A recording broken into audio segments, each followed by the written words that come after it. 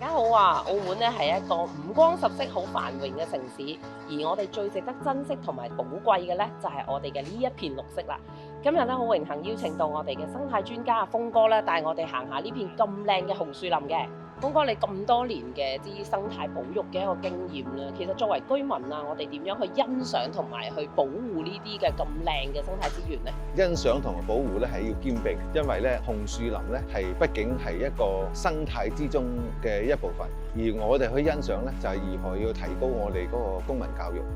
愛惜，因為我哋個紅樹林畢竟係一個好微型，個體量係好細嘅。嗰個紅樹林嘅價值咧，係我哋澳門係僅有利用濕地係爭取碳匯嘅一個好值得嘅地方。另外咧，我哋引以為傲咧，就係候鳥咧係嚟到澳門度冬嘅時間咧，尤其是黑臉琵鷺咧，就喺度棲息嘅。咁我哋能夠咧迎接到一啲珍貴嘅候鳥咧，都係靠紅樹林去做嘅。咁另外咧，我哋個紅樹林咧應該係要繼續發展嘅。譬如我哋喺譚公廟一直咁向北行，去到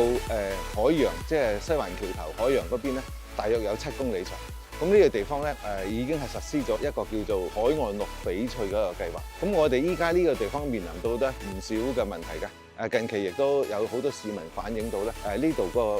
排污治理嘅問題咧。我哋都收到居民反映，西堤單車徑咧有臭味嘅問題，而居民咧去到散步啦，或者係一家大細踩單車嘅時候咧，都受到呢啲臭味嘅困擾。所以都向特區政府咧提出咗一個質詢啦，政府就回應路環嘅污水處理廠升級工程咧會喺今年第一季啟動嘅。我哋好希望政府能夠加強沿岸嘅水質治理，共同去守護咁靚嘅沿岸綠化環境嘅。咁我哋個灘塗嗰個更新嘅問題咧，因為過往我哋都有幾個工程咧，一個就係去澳門大學嘅隧道啦，另外一個由輕軌嘅一個過海嘅隧道咧，咁都係造成咗工程上造成一定嘅影響嘅。咁我覺得咧，我哋澳門人咧要珍惜呢個咁細嘅地方，我哋透過我哋個科學技術點樣去將呢個受損嘅生態修復，咁先至係我哋要追求自然與人嘅之間咧嗰個和諧共生呢樣嘢嘅理念咧，我哋要提升。國家主席都話，我哋澳門係一個掌上明珠，